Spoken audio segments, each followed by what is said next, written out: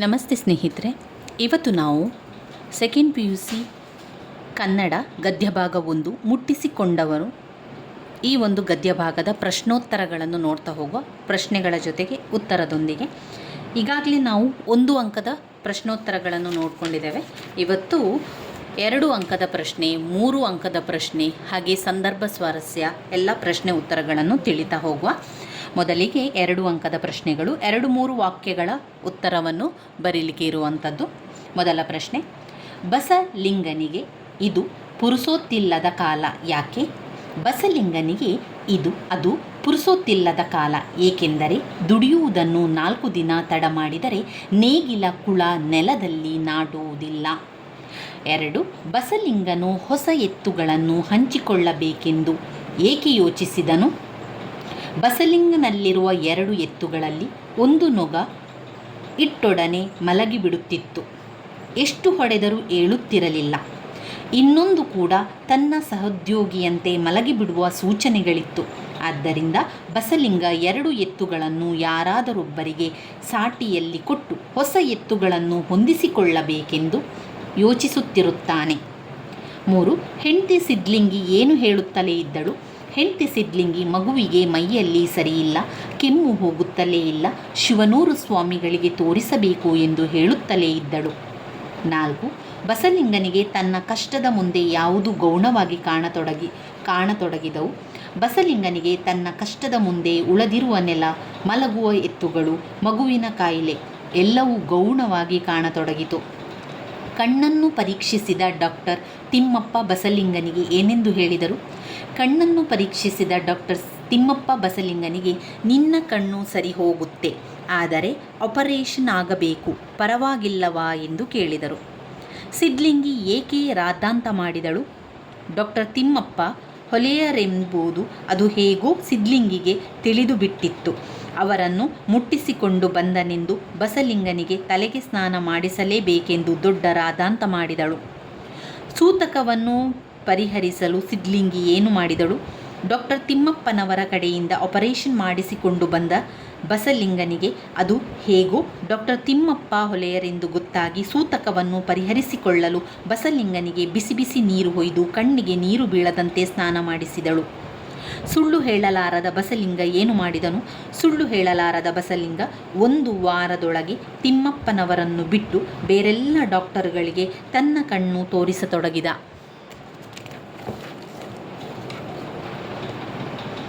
ಉಡಾಫೆಯ ಮಾತನಾಡುವುದನ್ನು ಬಸಲಿಂಗನಿಗೆ ಏಕೆ ಕಲಿಯಬೇಕೆನ್ನಿಸಿತು?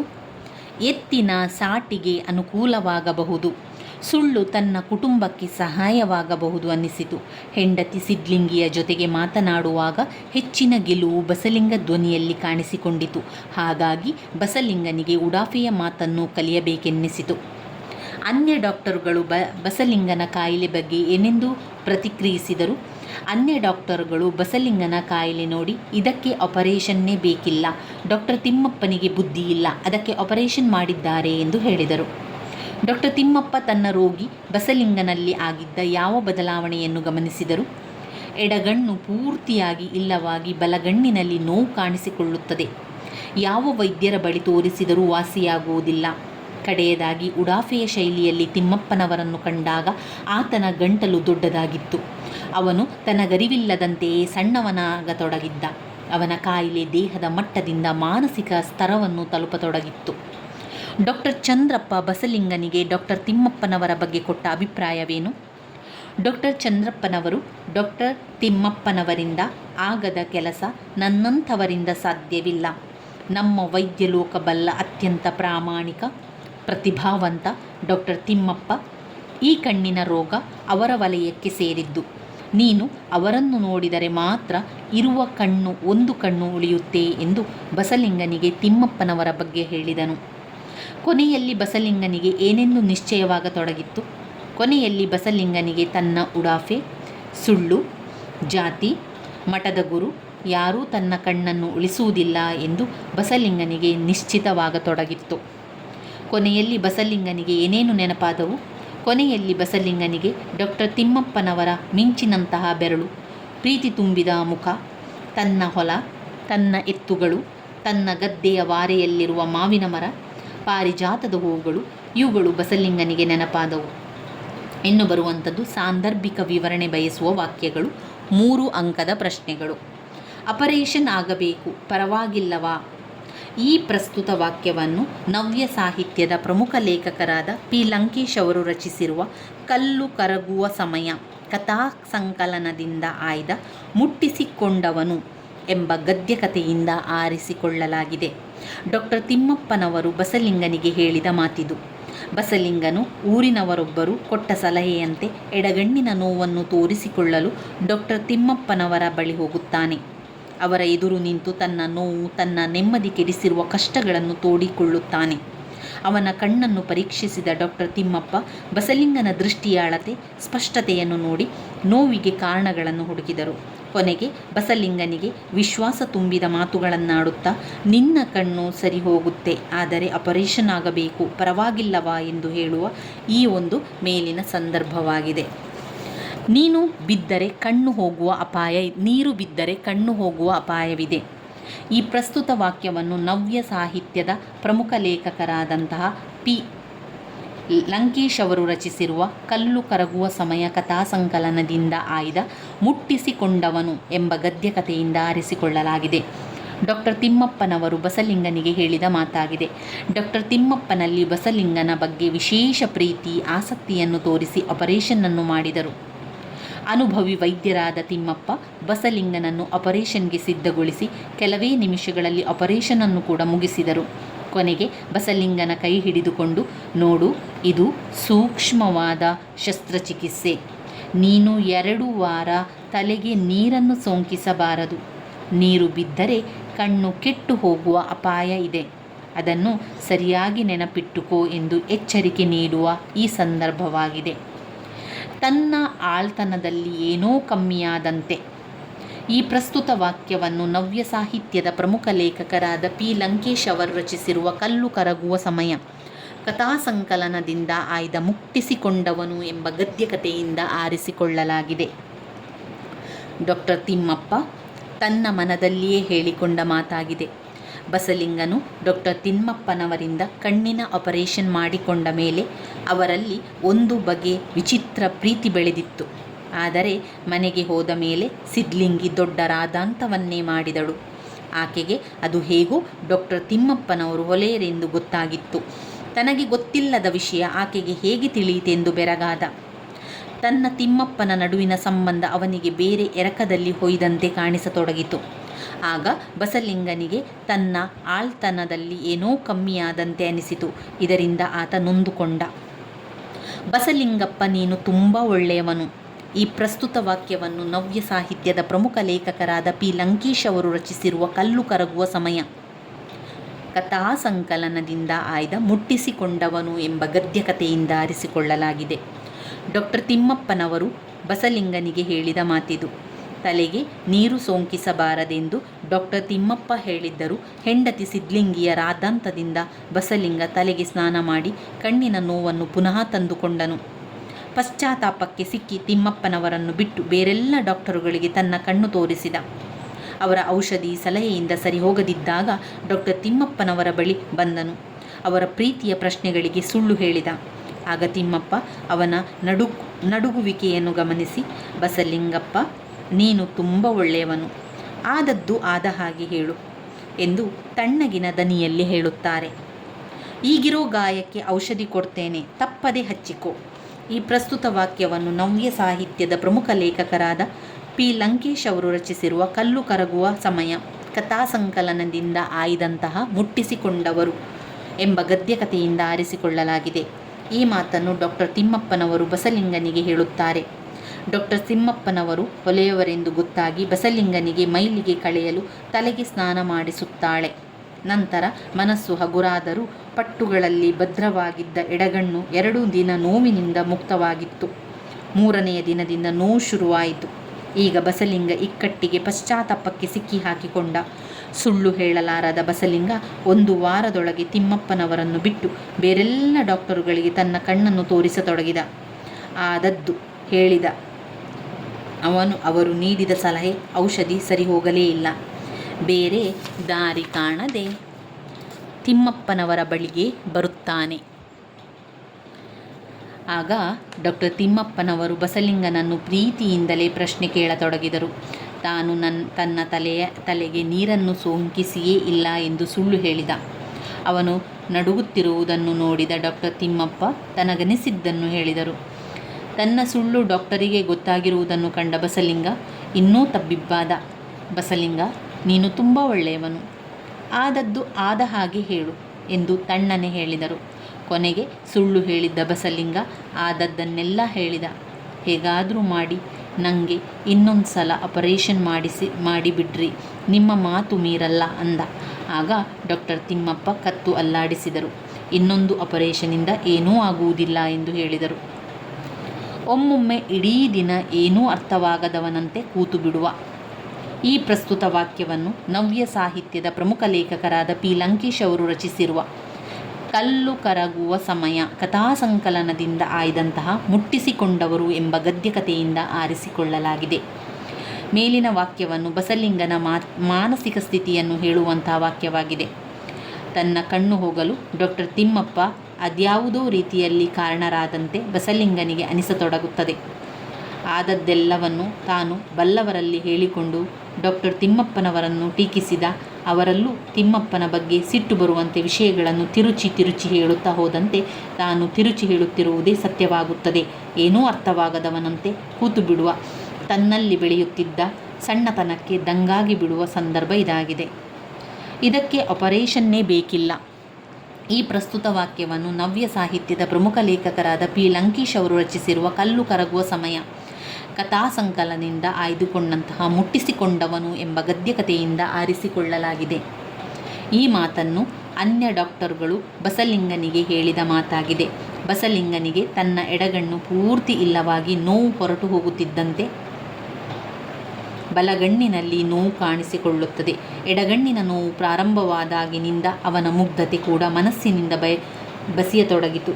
ಈ ಸಲ ಹೆಚ್ಚು ಚುರುಕಾಗಿರಬಲ್ಲ ಛಾತಿ ಪಡೆದಿದ್ದರಿಂದ ಅನೇಕ ಡಾಕ್ಟರುಗಳನ್ನು ಕಂಡ.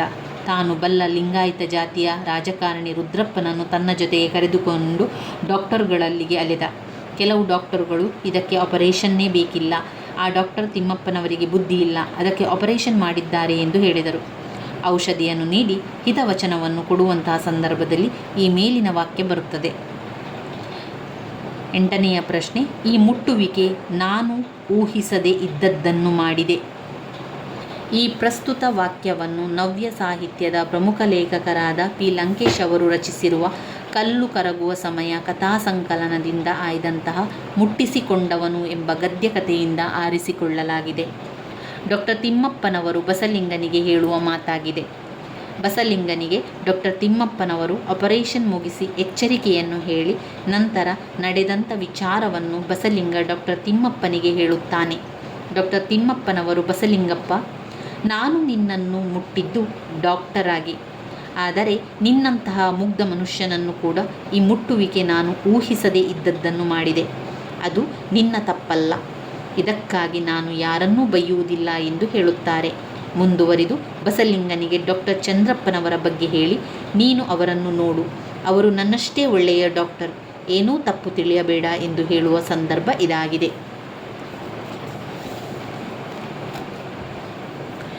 ಅವನು ನನ್ನಷ್ಟೇ ಒಳ್ಳೆಯ ಡಾಕ್ಟರ್, ಏನೂ ತಪ್ಪು ತಿಳಿಯಬೇಡ. ಈ ಪ್ರಸ್ತುತ ವಾಕ್ಯವನ್ನು ನವ್ಯ ಸಾಹಿತ್ಯದ ಪ್ರಮುಖ ಲೇಖಕರಾದ ಪಿ ಲಂಕೇಶ್ ಅವರು ರಚಿಸಿರುವ ಕಲ್ಲು ಕರಗುವ ಸಮಯ ಕಥಾಸಂಕಲನದಿಂದ ಆಯ್ದಂತಹ ಮುಟ್ಟಿಸಿಕೊಂಡವನು ಎಂಬ ಗದ್ಯಕಥೆಯಿಂದ ಆರಿಸಿಕೊಳ್ಳಲಾಗಿದೆ. ಡಾಕ್ಟರ್ ತಿಮ್ಮಪ್ಪನವರು ಬಸಲಿಂಗನಿಗೆ ಈ ಮಾತನ್ನು ಹೇಳುತ್ತಾರೆ.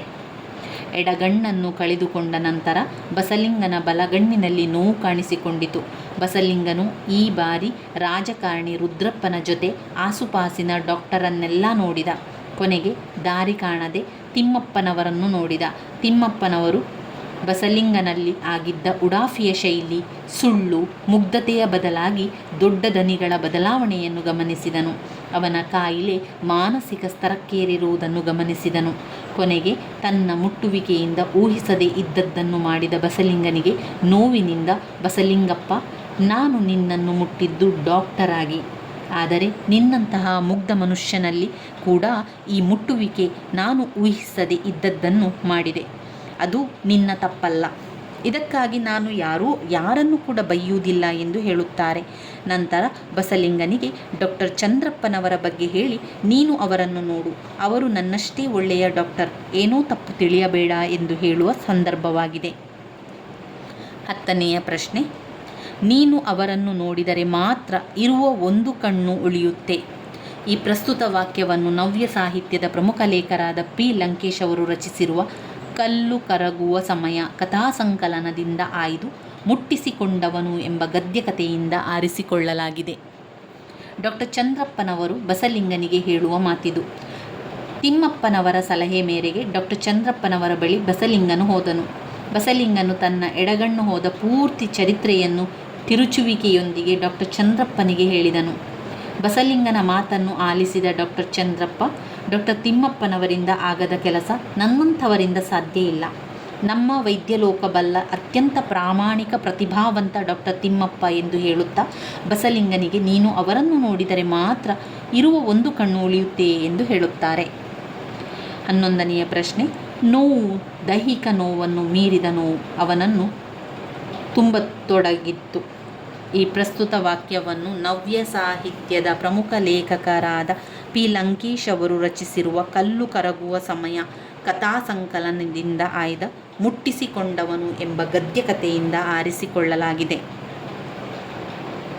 ಈ ಒಂದು ವಾಕ್ಯವನ್ನು ಬಸಲಿಂಗನ ಮನಸ್ಸಿನಲ್ಲಿ ಉಂಟಾಗುವಂತಹ ನೋವಿನ ಸಂದರ್ಭದ ಮಾತಾಗಿದೆ. ಯಾವಾಗ ಡಾಕ್ಟರ್ ಚಂದ್ರಪ್ಪನವರು ನಿನ್ನ ಒಂದು ಕಣ್ಣು ಉಳಿಯಬೇಕಾದರೆ ನೀನು ಡಾಕ್ಟರ್ ತಿಮ್ಮಪ್ಪನವರಲ್ಲಿಗೆ ತೋರಿಸಬೇಕಾಗುತ್ತದೆ ಎಂದು ಹೇಳುತ್ತಾರೋ ಆಗ ಬಸಲಿಂಗನಿಗೆ ಆಕಾಶವೇ ತಲೆಯ ಮೇಲೆ ಬಿದ್ದಂತಾಗುತ್ತದೆ. ರಾಜಕಾರಣಿ ರುದ್ರಪ್ಪನವರೊಂದಿಗೆ ಹೊರಗೆ ಬಂದ ಬಸಲಿಂಗ ಬಿಸಿಲಿನಲ್ಲಿ ತಲೆಯ ಮೇಲೆ ಕೈ ಹೊತ್ತು ಕುಳಿತುಕೊಳ್ಳುತ್ತಾನೆ. ಯಾರೂ ಮಾತನಾಡಿಸಿದರೂ ಮಾತನಾಡಲೇ ಇಲ್ಲ. ಹೆಂಡತಿಯ ಮಾತು ಕೇಳುತ್ತಿಲ್ಲ. ದೃಷ್ಟಿ ಮಂದವಾಗುತ್ತಿರುವುದು ಬಸಲಿಂಗನಿಗೆ ಗೊತ್ತಾಗುತ್ತಿತ್ತು. ತನ್ನ ಉಡಾಫೆ, ಸುಳ್ಳು, ಜಾತಿ, ಮಠದ ಗುರು ಯಾರೂ ತನ್ನ ಕಣ್ಣನ್ನು ಉಳಿಸುವುದಿಲ್ಲ ಎಂಬುದು ನಿಶ್ಚಿತವಾಗತೊಡಗಿತು.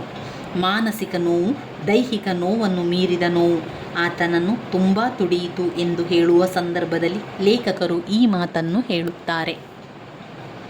ಈ ಸಲ ತಲೆಗೆ ನೀರು ಸೋಂಕಿಸಕೂಡದು. ಈ ಪ್ರಸ್ತುತ ವಾಕ್ಯವನ್ನು ನವ್ಯ ಸಾಹಿತ್ಯದ ಪ್ರಮುಖ ಲೇಖಕರಾದ ಪಿ ಲಂಕೇಶ್ ಅವರು ರಚಿಸಿರುವ ಕಲ್ಲು ಕರಗುವ ಸಮಯ ಕಥಾಸಂಕಲನದಿಂದ ಆಯ್ದ ಮುಟ್ಟಿಸಿಕೊಂಡವನು ಎಂಬ ಗದ್ಯಕಥೆಯಿಂದ ಆರಿಸಿಕೊಳ್ಳಲಾಗಿದೆ.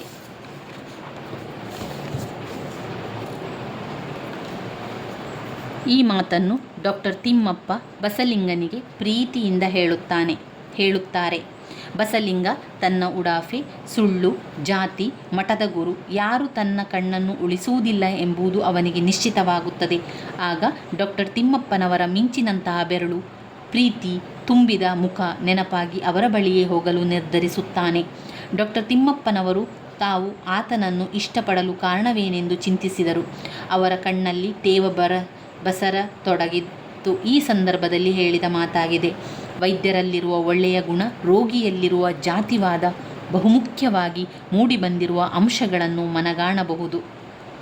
ಇನ್ನು ಬರುವಂತಹ ಪ್ರಶ್ನೆ 4 ಅಂಕದ ಪ್ರಶ್ನೆ, 5-6 ವಾಕ್ಯಗಳಲ್ಲಿ ಉತ್ತರಿಸುವಂತಹ ಪ್ರಶ್ನೆಗಳು. ಬಸಲಿಂಗ ಎದುರಿಸುತ್ತಿದ್ದ ಸಮಸ್ಯೆಗಳು ಯಾವುವು? ಬಸಲಿಂಗನು ಪುರುಸೊತ್ತಿಲ್ಲದ ಕೆಲಸಗಾರ. ಉಳುವುದ 4 ದಿನ ತಡ ಮಾಡಿದರೆ ಕುಳ ನೆಲದಲ್ಲಿ ನಾಟುವುದಿಲ್ಲವೆಂಬ ಸಮಸ್ಯೆ ಅವನದು.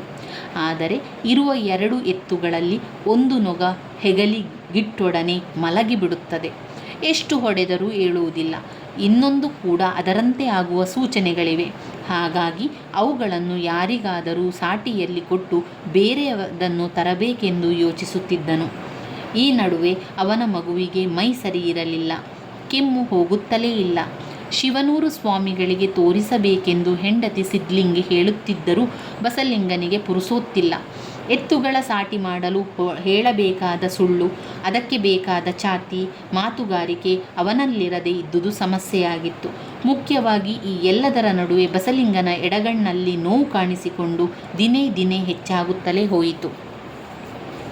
2ನೆಯ ಪ್ರಶ್ನೆ, ಕಣ್ಣು ನೋವು ಶುರುವಾದ ಆರಂಭದಲ್ಲಿ ಬಸಲಿಂಗ ಪಡೆದುಕೊಂಡ ಚಿಕಿತ್ಸೆ ಯಾವ ರೀತಿಯದು? ಕಣ್ಣು ನೋವು ಶುರುವಾದ ಆರಂಭದಲ್ಲಿ ಬಸಲಿಂಗ ಕಣ್ಣು ಬೇನೆ ಇರಬಹುದೆಂದು ತಿಳಿದ. ಆದರೆ ಎಡಗಣ್ಣು ನೋವಿನೊಂದಿಗೆ ಸ್ವಲ್ಪ ಮಂದವಾಗುತ್ತಿದ್ದಂತೆ ಹೆದರಿ ನಗರದ ತನ್ನ ಎಂದಿನ ವೈದ್ಯರಿಗೆ ತೋರಿಸಿದ. ಅವರು ನೋವಿನ ವಿವರಗಳನ್ನೆಲ್ಲ ಕೇಳಿ ಒಳ್ಳೊಳ್ಳೆ ಮಾತನಾಡಿ ವೈದ್ಯಕೀಯ ಪವಾಡಗಳನ್ನು ವಿವರಿಸಿ ಕೊನೆಗೆ ಹಚ್ಚಿಕೊಳ್ಳಲು ಒಂದು ಲೇಹ ಕೊಟ್ಟರು. ಬಸಲಿಂಗ ವೈದ್ಯರು ಹೇಳಿದಂತೆ ಹಲವು ದಿನ ಲೇಹ ಹಚ್ಚಿಕೊಂಡು ಬಟ್ಟೆಯ ಕಾವು, ಉಪ್ಪಿನ ಕಾವು ಕೊಟ್ಟುಕೊಂಡ. ಆದರೆ ಕಣ್ಣಿನ ನೋವು ಮತ್ತು ಮಂದಸ್ಥಿತಿ ಕಡಿಮೆಯಾಗಲಿಲ್ಲ. ಅಸಹಾಯಕತೆಯಿಂದ ನೋವನ್ನು ಕೆಲವರಲ್ಲಿ ತೋಡಿಕೊಂಡ. ಕೊನೆಯ ಪ್ರಯತ್ನವಾಗಿ ಯಾರೋ ಒಬ್ಬರು ಹೇಳಿದರು. ಆಗ ಸರಕಾರಿ ಆಸ್ಪತ್ರೆಯ ಡಾಕ್ಟರ್ ತಿಮ್ಮಪ್ಪನವರನ್ನು ಕಂಡನು. ಬಸಲಿಂಗ ಡಾಕ್ಟರ್ ತಿಮ್ಮಪ್ಪನವರ ಸೂಚನೆಗಳನ್ನು ಪಾಲಿಸದೇ ಇರಲು ಕಾರಣವೇನು?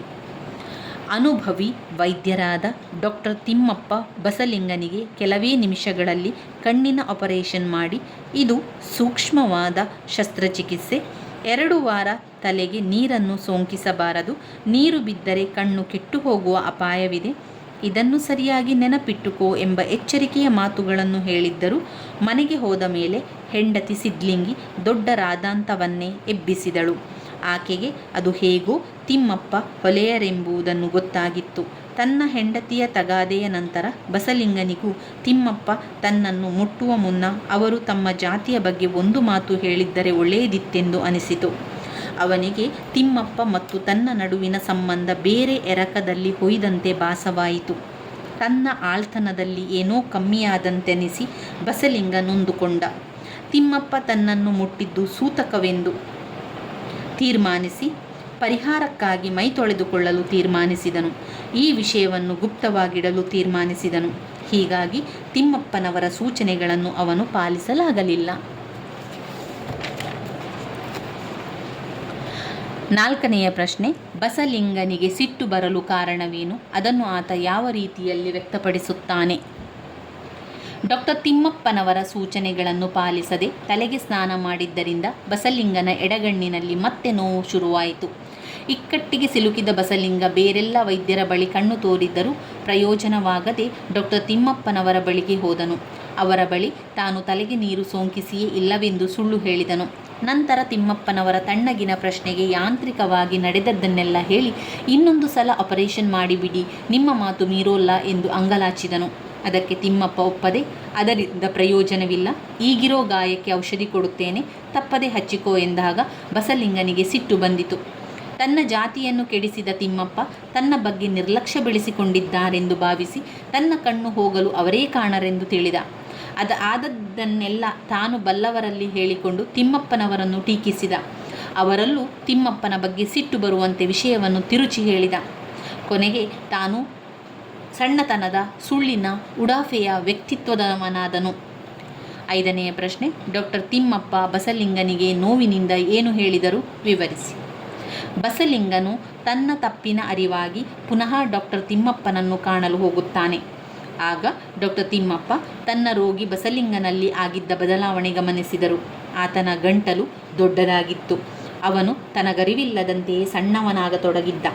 ಅವನ ಕಾಯಿಲೆ ದೇಹದ ಮಟ್ಟದಿಂದ ಮಾನಸಿಕ ಸ್ತರವನ್ನು ತಲುಪತೊಡಗಿತ್ತು.